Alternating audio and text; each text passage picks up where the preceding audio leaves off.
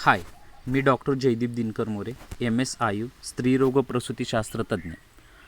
Doctor जय health tips या YouTube चॅनलवरती मी तुमचं सर्वांचं स्वागत करत आहे. आजचा आपला विषय आहे नवजात शिशूमध्ये स्तनपानानंतर घ्यावयाची काळजी. प्रत्येक प्रसूती झालेल्या मातेच्या मनामध्ये बाळाच्या दूध पिण्यासंबंधित काही शंका या पहिल्या काही दिवसांमध्ये खूप निर्माण होतात.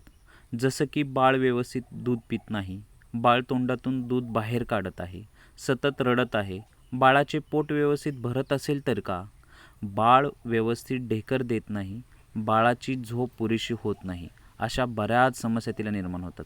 असं का होत असेल? कारण प्रसूती झालेली स्त्रीची ही पहिलीच खेप असेल, म्हणजेच पहिल्यांदाच तिची प्रसूती झाली असेल. स्तनपानाबद्दलची अपुरी माहिती आणि स्तनपान करण्याची चुकीची पद्धत, यावर उपाय काय? नवजात शिशूला प्रत्येक 1.5 ते 2 तासांनी दूध पाजावेच आणि आपल्याला बाळाला 6 महिन्यापर्यंत आईच्या दुधाव्यतिरिक्त दुसरा कोणताही आहार द्यायचा नाही आहे. जेव्हा बाळाला आपण दूध पाजत असतो त्यावेळेस बाळ दुधासोबत हवाही पोटामध्ये घेतं, त्यामुळे व्यवस्थित ढेकर काढणे आवश्यक असते.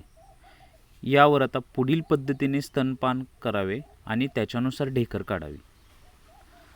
दूध पाजल्यानंतर प्रत्येक वेळी बाळाला सुती कापडामध्ये किंवा व्यवस्थित कापडामध्ये गुंडाळून ते बाळ खांद्यावरती घ्यावे, जेणेकरून बाळाचे तोंड आणि नाक हे आपल्या खांद्याच्या वरती राहील आणि त्याचं नाक आणि तोंड हे चेंबणार नाही.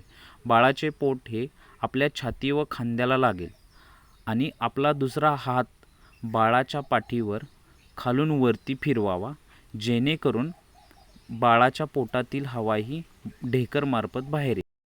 बाळाला कशा पद्धतीने गुंडाळावे, कशा पद्धतीने बाळाला आपल्या खांद्यावरती धरावे, हा व्हिडिओमध्ये पूर्णपणे सांगितलेले आहे की बाळाच्या पाठीवरून हात फिरवत थोडं थपथपावावे, म्हणजे जेणेकरून बाळाचे पोटामधील हवा ही व्यवस्थितपणे बाहेर येईल.